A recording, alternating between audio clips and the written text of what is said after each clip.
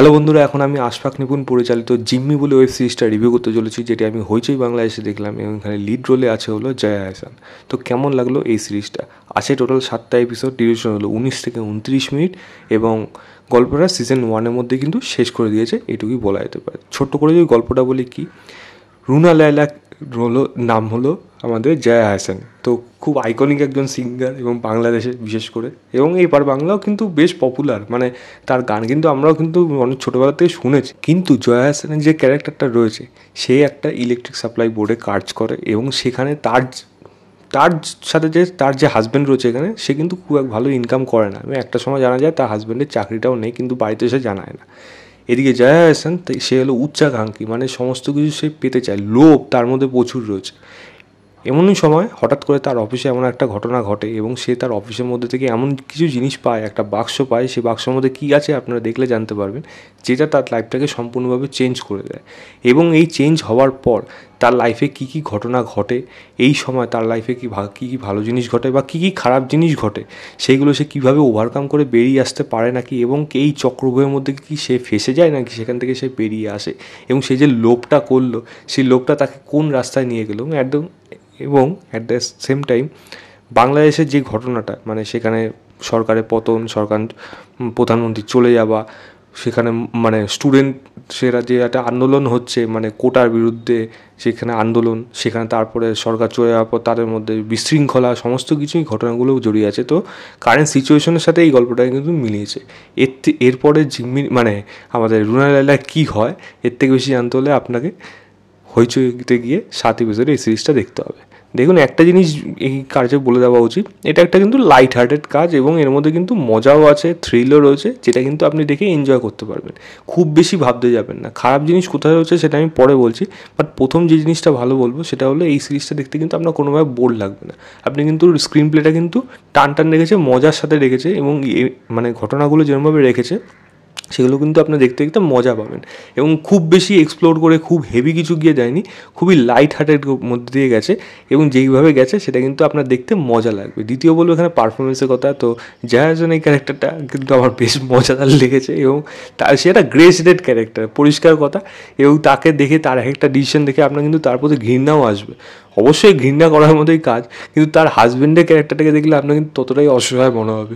এবং হাজব্যান্ডের কাছ থেকে অসহায়তার মধ্যে যে তার কাছ থেকে একটা যে বুদ্ধি সে পাবে, যেটা পরে গিয়ে সে অ্যাপ্লাই করবে, সেটা কিন্তু বেশ মজাদার ছিল। সেটা কিন্তু আনএক্সপেক্টেড ছিল, এবং সেটাকে কীভাবে মানে কীভাবে ইউজ করলো সেটাই কিন্তু বেশ মজাদার, যেটা কিন্তু আমার এখানে ভালো লেগেছে।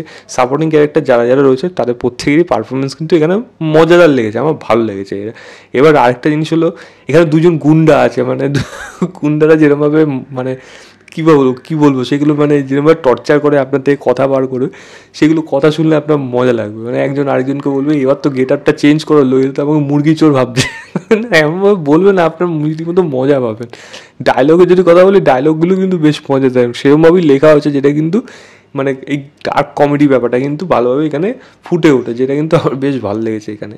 এবং অ্যাট দ্য সেম টাইম এখানে গল্পটা যেরকমভাবে যায়, যেরকমভাবে এক জায়গা থেকে আরেক জায়গায় ঘটনাগুলো শিফট করে, এবং সেখান থেকে মানে জয়া আহসানের ক্যারেক্টারটা কীভাবে বেরিয়ে আসবে বা বেরিয়ে আসতে পারছে নাকি, বা কীভাবে ফেসে যাচ্ছে, সেগুলো দেখতে কিন্তু আপনার মজা লাগবে। তো সেই দিক থেকে বলবো, একটা মজাদার স্ক্রিন প্লের জন্য, এরকম পারফরমেন্সের জন্য, এবং একটা মানে কাইন্ড অফ একটা প্রিমিয়াম কোয়ালিটি কাজটার মধ্যে রয়েছে, যেটা কিন্তু দেখতে আপনার মজা লেগে যাবে। এবং আমি যদি গানের ব্যাকগ্রাউন্ড মিউজিক কথা বলি, সেগুলো ঠিকঠাক, জিমি টাইটেলটা একটা বেশ ভালো লাগে, সেটা শুনতে বেশ মজা লাগে। এবং ওই অনেকগুলো ঘটনা আছে, সাবপ্লট আছে, যেগুলো অল্প অল্প করে বিস্তারিত এখানে এসছে। তো এই কাজটা আপনি ওয়ান টাইম ওয়াচের জন্য একটা টাইম পাস গুড ওয়াচ হিসেবে আপনি এটাকে গণ্য করতে পারেন। তবে খারাপ জিনিস কি, এই কাজের মধ্যে অনেকগুলো ঘটনা যেহেতু দেখিয়েছে, তাই পুরোটাই কিন্তু সব কিছুর মধ্যে যায়নি। যেমন এখানে একটা ঘটনাকে মানে একটা কোম্পানিকে কেন্দ্র করে কী কী প্রবলেম হতে পারে, সেটা জাস্ট একটা আইডিয়া দিয়ে দিয়েছে যে এরকম একটা ঘটনা আছে, তো এরপরে এটা ক্ষতিকরটা কীভাবে, কোনভাবে, সেইগুলো কিন্তু এখানে ভালোভাবে এক্সপ্লোর করা নেই, যেটা এখানে একটা খামতি রয়ে গেছে। দ্বিতীয় জিনিস বলবো হলো, এখানে দেখুন, বাজেট সমক্ষে তো এটা সম্ভব না যে এরকম একটা বিশাল বড় আন্দোলন হচ্ছে সেটাকে তুলে ধরা। অরিজিনাল ফুটেজগুলোকে ইউজ করা হচ্ছে, এবং কিছু সেখানে মানে বানানো হয়েছে, মানে সেগুলোকে অ্যাক্ট করা হয়েছে। সেই অ্যাক্ট কাজগুলো কিন্তু খুব বেশিভাবে মানে কোরিওগ্রাফ বলা যায়, খুব ভালোভাবে সেটাকে দেখাতে পারেনি, যেটা একটু অড লেগেছে এখানে। এবং জিনিসটা হলো, গল্পে দেখুন, লোভে পাপ পাপে মৃত্যু, এই কথাটা আমরা সবাই জানি, এবং লোভে পাপ সত্যি হচ্ছে, এবং সেখান থেকে গল্পটা যেভাবে যাচ্ছে সেটার মধ্যে কিন্তু যে জার্নিটা সেটা আপনি কিন্তু এনজয় করবেন, কিন্তু ইমোশনাল হতে পারবেন না। এই কাজটার মধ্যে ইমোশনাল পোর্শনটাই কিন্তু উইক রয়েছে। আমার মনে হয় সেটা করলে আরও বেশি ভালো হতো, কারণ তার সাথে তার হাজব্যান্ডের একটা কনভারসেশন হয় লাস্ট এপিসোডে। আমার মনে হয় সেটা ইমোশনাল করার প্রয়োজন ছিল, যেটা শুরুর দিকে সেরকমভাবে বিল্ড আপ দেয়নি বলে লাস্টের দিকেও কিন্তু সেই জিনিসটা সেরকমভাবে ওয়ার্ক করেনি, বা যেটুকু ইমোশনাল করার চেষ্টা করা হয়েছিল সেটা কিন্তু একেবারে ওয়ার্ক করেনি, যেটা এই কাজটার মধ্যে একটা খামতি থেকে গেছে।